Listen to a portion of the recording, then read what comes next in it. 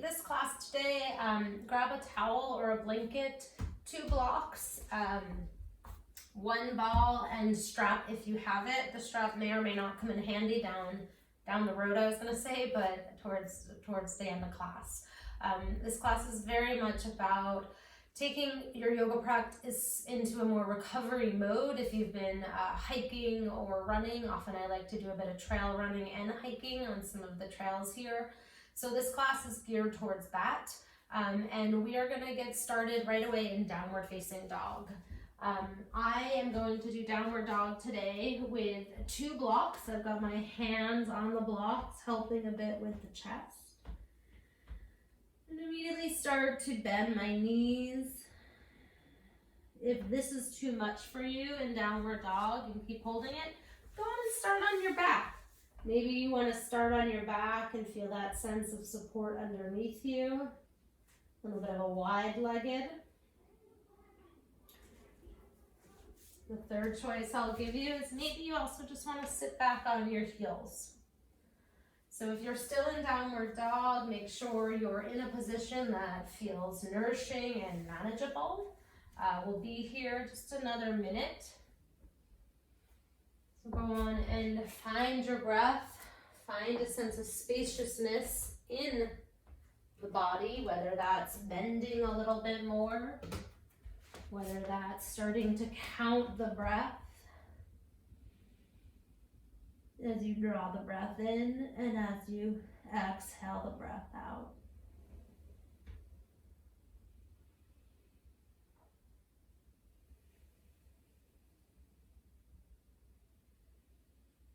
And starting to connect with the pace, with the thoughts, the sensations of your body here in this moment. And after your next exhale, let's come out of downward dog. And let's meet back sitting on our feet. If that's not available, you can also grab your block, both blocks, and try sitting with the blocks behind you so that you're upright but still getting that top of the ankle stretch. And let the hips drop, spine lengthen up and out. And just here to recalibrate the breath, to encourage the body to start bringing the gaze back inside rather than on the horizon, as if we were hiking and running when we keep our eyes fixed out there, trying to turn the gaze back inward and encourage the body and support this restful state and recovery.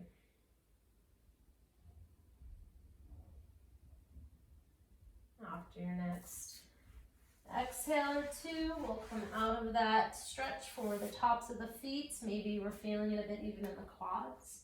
And we're going to come to a low lunge. Let's start with the right leg forward, left leg back, right leg forward. So I'm in low lunge. I have my blocks for support. Just going to settle here in a low crescent lunge. Let the hips drop, both hips pointing forward. And then where we're going to go with this is I'm going to use my blocks here, kick them up, and I'm going to come into a standing forward fold. So when I'm ready to exhale, I'm going to drop my head, straighten my legs, lengthen out through the spine, and then as I come back to inhale, slowly dropping the back leg, chest lifts. And then moving on your breath, the exhale, straighten the legs, lengthening through the whole spine. And then inhale, dropping that back knee, expanding across the collarbones. Good, we'll do a few more like that. Exhale it out. And not looking for a full range or finding the edge of your flexibility, but think about this as more about returning the circulation, supporting where you feel stiff, but bringing some more movement there. Gentle movements, maybe 60 to 70% of your range. Good, last one here. And we'll pause. Let's pause with the legs straight. Parsvottanasana, lengthening the spine. Good. You can micro bend both knees if that feels appropriate. Maybe that helps take some of the weight off the shoulders and the arms. And then come back to your lunge, and we're going to come into a spinal twist here to the right. So using your blocks or not, you're going to drop the left hand down, reach the right arm forward, circle it up, and then back. And just do that 2 more times, reaching that right arm forward and toward the ceiling, fingers back, last one. Remember, you can use your block here. Arm forward, fingers up, reach it back, and this next time find a position, maybe reaching your arm forward, maybe fingertips up, maybe reaching it back. You're just another 3 breaths or so.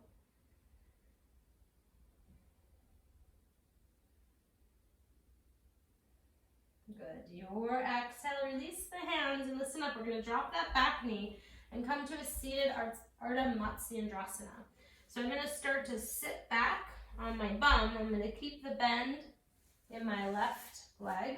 And I'm going to take my right leg and cross it over, and I'll face the camera. If this is too much, I'm going to take that left leg out, keep the right foot on the ground, right shin crosses over. And then I'm going to take my right hand behind me, sit up nice and tall. You can always grab your blanket if you need it to sit up on that so that the hips are lifted a little bit and the pelvis tipping slightly forward. And then with this, I'm going to take it into just a gentle twist here. Just finding a twist to stretch through that side body.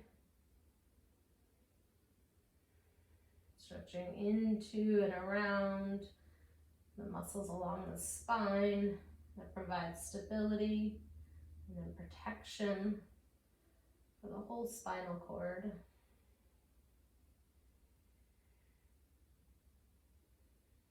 Maybe you're able to tap into a breath count of drawing the breath into the count of 4. And exhale everything out for 6.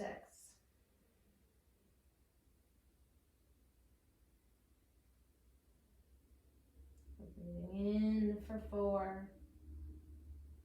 And breathing out for 6.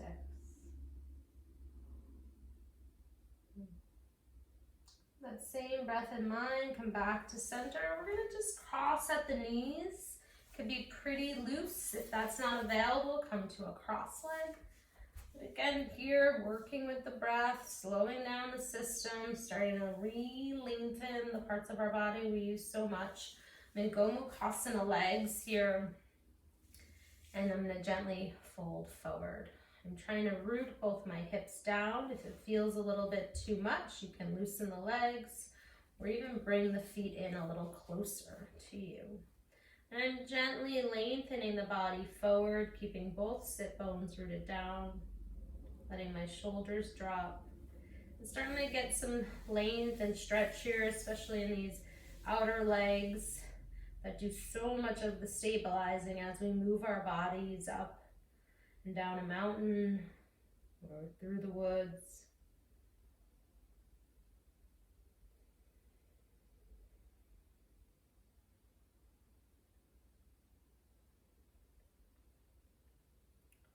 And your next inhale, lift the body up. We'll slowly start to unfurl the legs and come into downward dog with the right leg in the air. So 3-legged downward dog, right leg lifts and pressing evenly into both hands. Maybe you want to bend that right knee and open the hip, maybe circling the ankle in one direction and then the other. And then coming back through center, releasing, and we'll go through one vinyasa, our only vinyasa here. Coming forward to your high push-up, knees up or down, tipping forward on the toes and lowering the entire body down. Untuck the toes here. I'm going to reach my arms behind me, legs solid, and then start to lift from the upper back, a version of Shalabhasana. The breath is soft and accessible.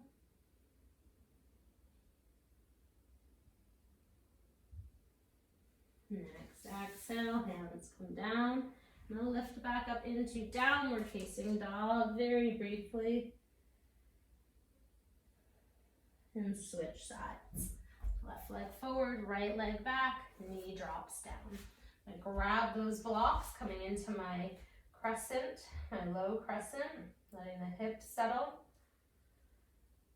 And really feel the foundation of my front foot down. I'm really feeling that foot lifting from the arch up into the leg as the hips drop, and then the upper body lifts. Next, inhale. I'm gonna start to position my body, be ready. As I exhale out, straighten and lift and fold the body over that front leg. Inhale, drops me back down to low crescent. Exhale, slow and steady, straightening and folding over. But let's do 3 more like that, slowing down the breath. Coming into this internal gaze.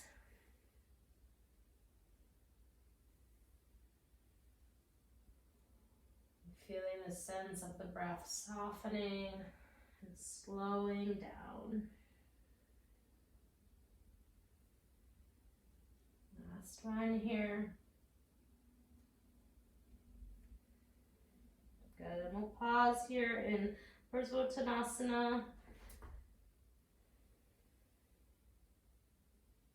Finding a sense of lifting from the arch up to the inner thigh. And then from the base of the spine, lengthening the spine forward, cascading forward. Letting whatever worries I have left just drip away for now.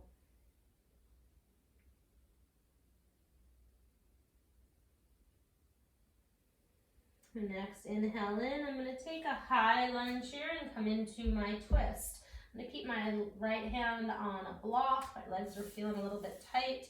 I'm going to take my arm, reach it forward. My hand is facing down, and then I'm going to start to rotate that arm like a clock up towards 12 o'clock, reaching towards 9 o'clock, and rotating around. So good, just making the arm rotate around.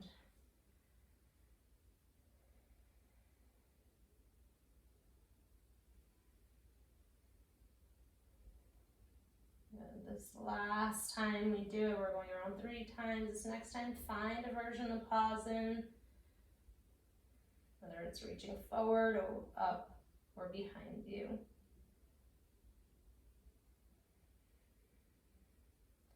Next, exhale out, release, and we're going to come right back down to that seated Ardha Matsyendrasana. So I'll turn to face you, left leg on top. This is not accessible. You can continue to kick that right leg out and keep the left foot as much as possible on the ground. Whichever variation you're in, sit up nice and tall and gently take a twist towards the left. And letting all parts of the body that are touching the floor get heavy. And from that supported seat, try to find some space through the upper body. Feeling the belly move against the thigh as you breathe in. And feeling the belly drop back and in as you exhale and empty out. You could always let this right arm hover in the air if that feels good, or use the elbow instead. Just letting go of any sense of gripping or trying to achieve something. Let this be about rest and recovery for your body so that you can hit the trails or go running again with a sense of ease in the body.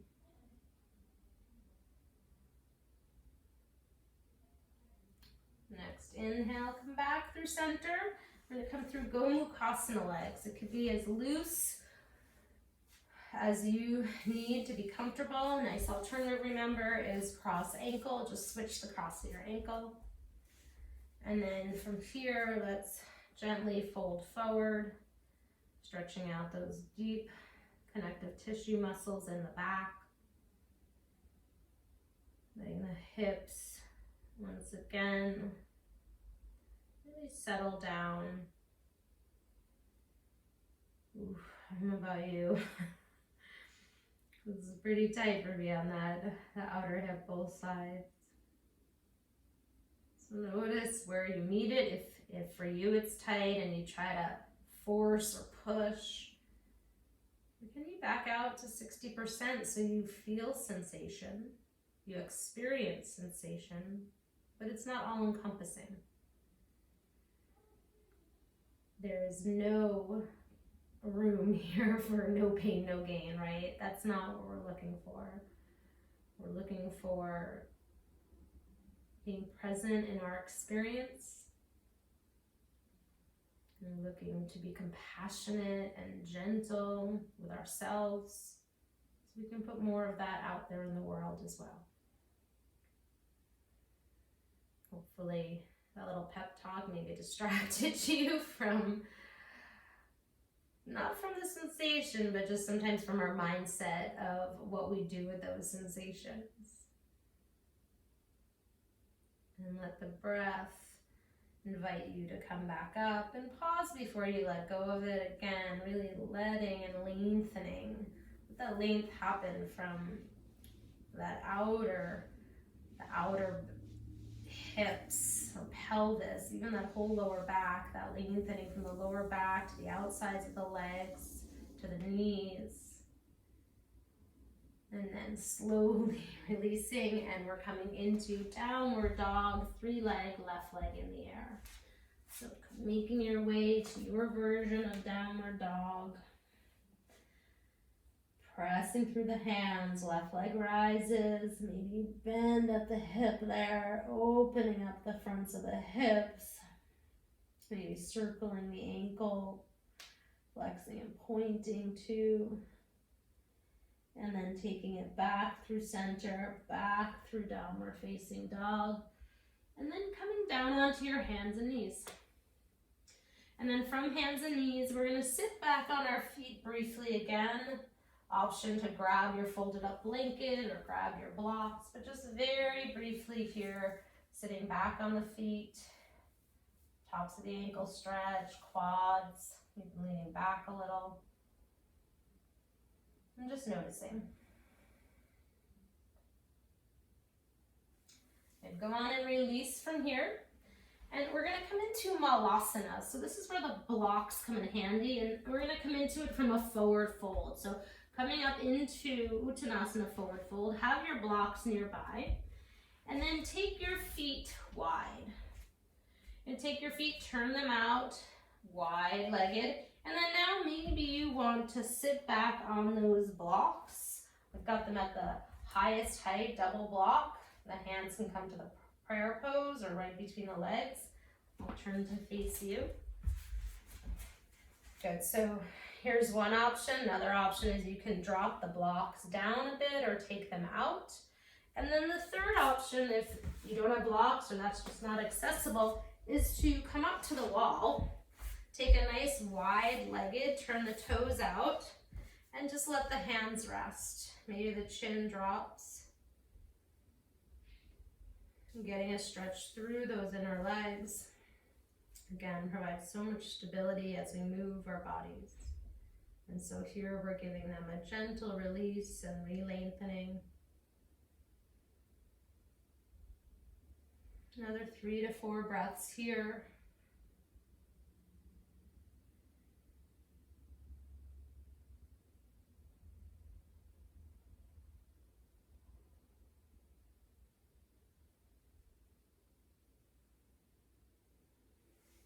And then go on and gently release, helping the legs release. And come on up to standing. We're gonna do some brief myofascial release for the feet. We'll come on to right side is where I'm starting, and I've got the tennis ball right under the ball of my foot, or the mound, sorry, the ball is under the mound of my foot, and then my heels down. I'm gonna put a little bit of pressure on and then off, a couple of times. And then I'm gonna just roll that ball back and forth from the mound to the heel. And I'm gonna scribble it around, moving it to the outside and inside of the arch, back and forth, forward and back, side to side. And then I'm gonna release and pause and just notice. Let's switch to the other side. So this is super brief this time.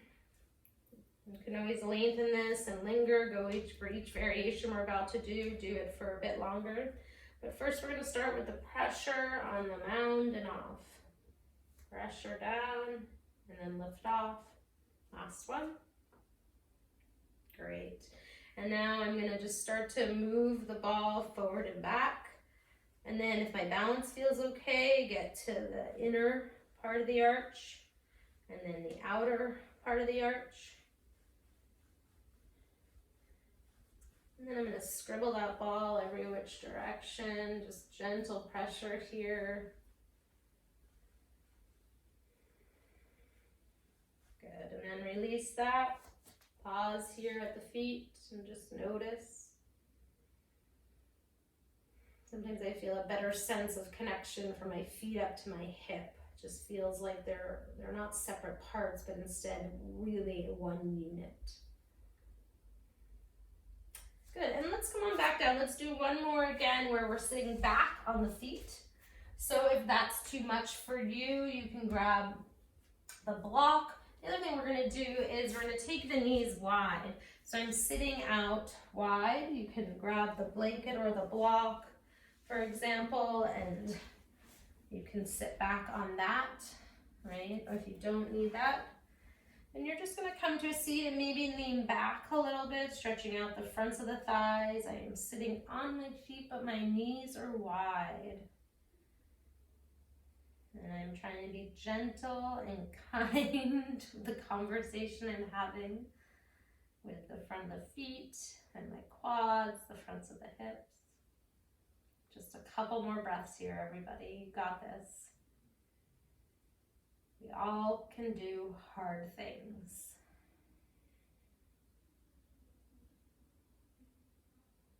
Hard things that are leading us to recovering in our body and feeling a bit more refreshed. Good, coming back through. And then from here, let's go on and we're gonna scooch up towards the wall and get into our legs up the wall pose. Now I have a few props here with me. I'm gonna take my blanket, I'm gonna fold it over. You could always use a block to lie back on. And then the strap is, if my legs are just feeling super tired and I want a little support so I don't have to use the muscles to hold my legs upright, we're gonna have those. And let me show you where we're about to go. So I'm coming up to the wall. I have everything nearby. And I'm gonna be a little bit loose here so my hamstrings have some space to stretch. My bum is not up against the wall. It's a good 6 inches away. And then from here, I'm just gonna move the curtain out of the way so my feet feel more solid on the wall. I'm gonna lift my hips up and I'm gonna place that blanket right underneath my sacrum. My lower back is draping off of it. And then here, if you want to use your strap, you can have that strap go around the thighs. I have it right in the middle of the thighs, just so my muscles don't have to work to keep my legs upright. And then we'll settle here for just a minute. Again, you can hit pause on your device maybe and linger here longer. This is such a nice one to support the body's natural ability to bring the blood back to the heart, right? So our bodies naturally pump the blood back up into the heart, but here we are letting gravity help the process. Just give it a helping hand so it just doesn't have to work as hard to do what it would be doing. And those of you that are legs up the wall fans, you just know when you get here, there's a sense of, it's like coming home, right? This is a pose for some of us that is just the moment we get here, the back drops, there's a release of tension that literally just starts to melt towards the ground. Always some options with the arms, whether they're just out in a T or cactus. You can even take the hands and place them under your head if that's something that feels good for the upper chest or the neck. And just a couple more breaths here.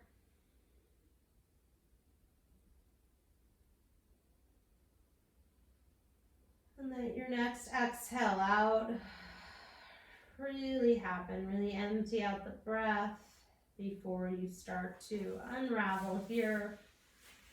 You're going to roll to your side. And coming up, we're going to do poses on our back. 2 more poses here on our back. And then I will leave you in Shavasana. So our first pose, the other thing is if you are getting cold, make sure you have a blanket or another layer on you. You want to keep warm. So this first pose here, fish pose, I'm going to extend my legs. My arms are right alongside my body. I am tucking my chin and I'm drawing my hands are just under my butt. They're like halfway under my butt. And I'm going to start to lift up onto my elbows, tuck my chin, and then drop the top of my head back down onto the mat. Good. If you're not sure, come out of the pose and have a look up at the video. My legs are relaxed. I'm letting the top of the head be on the floor and the chest lifted. This is such a lovely pose for opening up the throat in front of the chest. Stretching out through the back of the spine. Just a general soothing pose for the nervous system. Just like legs up the wall, that too really starts to down-regulate the body. It's like giving yourself the most nourishing smoothie or cooking a soup that has just the most nourishing, wholesome, alive ingredients. Support and replenish, rehydrate, and restore all that is within us.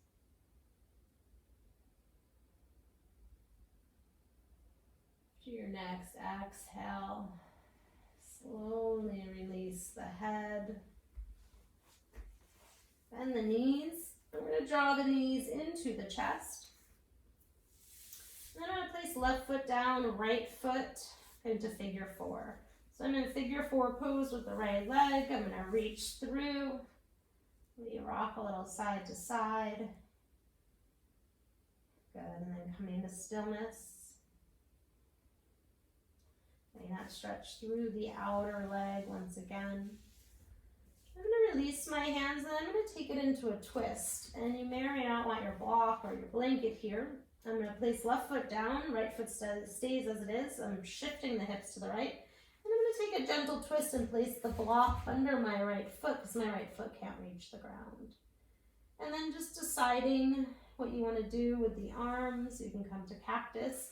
And if that block doesn't work under the foot, it's also really nice just to have the block in your left hand, and you can look at me if you're not sure, but take the block in your left hand and just gently press the block into the inner right leg, just supporting it so that it can lean against the block. Your hand is Gently pressing the block into the leg and your left elbow is down. So it's like a kickstand with a block supporting the leg.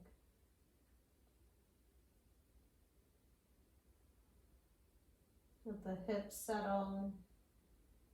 Notice the breath as it fills up the ribs and the front and sides and back.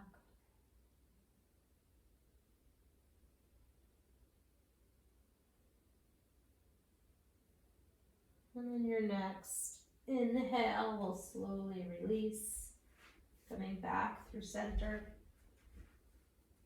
and switching sides. Good, so we'll come into our figure 4 first.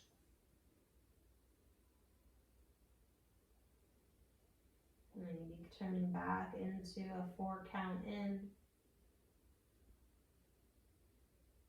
and a 6 count out. And 6 seems easy. Maybe make it a 4 in and an 8 count out. Never pushing the breath, never straining. And starting to find a sense of balance and regulation for this moment. Good, from here, we'll go on and release that hold and we'll switch into the twisted version. Finding a spot for you, either with the block under the foot or using it to support the leg like we did in the other side. Letting the hips settle. I'm going to stretch through the spine, even the upper chest, maybe the neck too, depending on which direction you're turning.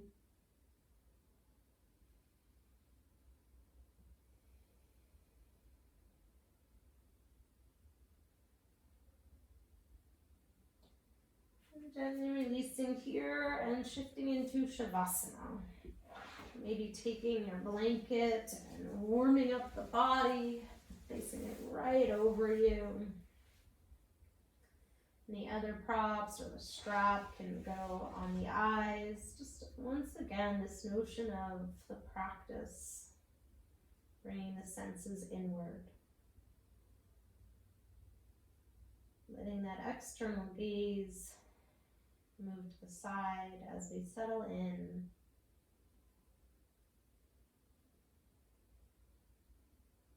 Find some rest.